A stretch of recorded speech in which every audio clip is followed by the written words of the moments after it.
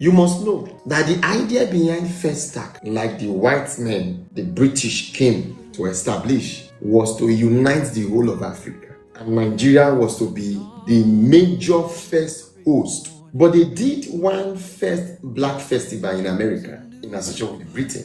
But the real one they're going to do in Africa, that they will host in Africa, which is the first edition of FESTAC, was to be held in Nigeria, in Lagos to be precise. And the meeting was after Nigeria, the next will be Egypt, then Cameroon, then Ghana, then South Africa, then Botswana. But guess what? The moment they were done with Nigeria, they cancelled FESTAC. Why was FESTAC cancelled? The reason I'm talking of the FESTAC 1977 is because Nigeria can never be liberated until we understand the forces holding us down. Do you know the beginning and the foundation of the 1977 FESTAC? You need to understand that it was not something that a family planned. It was not something that a group of people start to plan. It was a world movement for domination. We're talking about after the Greek conquered the Sumerian, took over the whole of the world. We are controlling the world. Roman took over from Greek.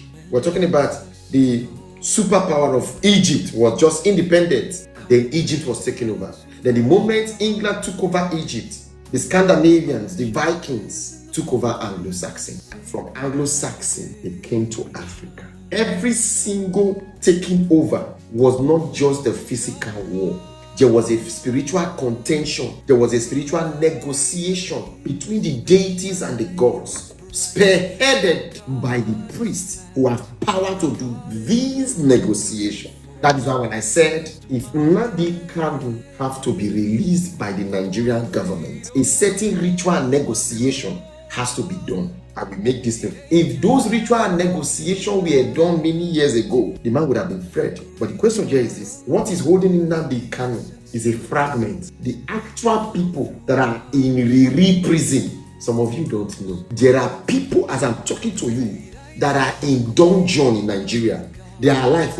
Their sacrifice is that they remain in dungeon, die in dungeon, and be buried. Those people hold massive spiritual information that will liberate you and I. They can never be released. So you hear people like them VDM, them Soore, a lot of them scattered around Harris Igwamin issue, a lot of them trying to do one or two activities.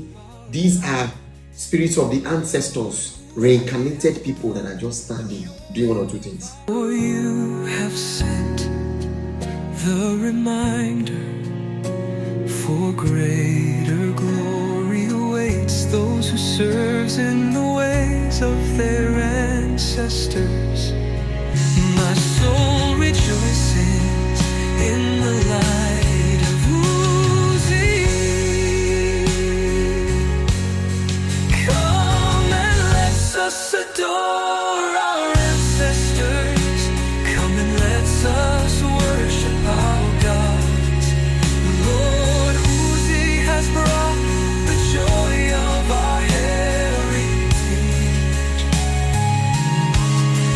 Come and let's us adore our ancestors. Come and let us worship our gods. Our joy is in the pouring of sacred libations. Oh God, Ra, the light of peace that shines bright.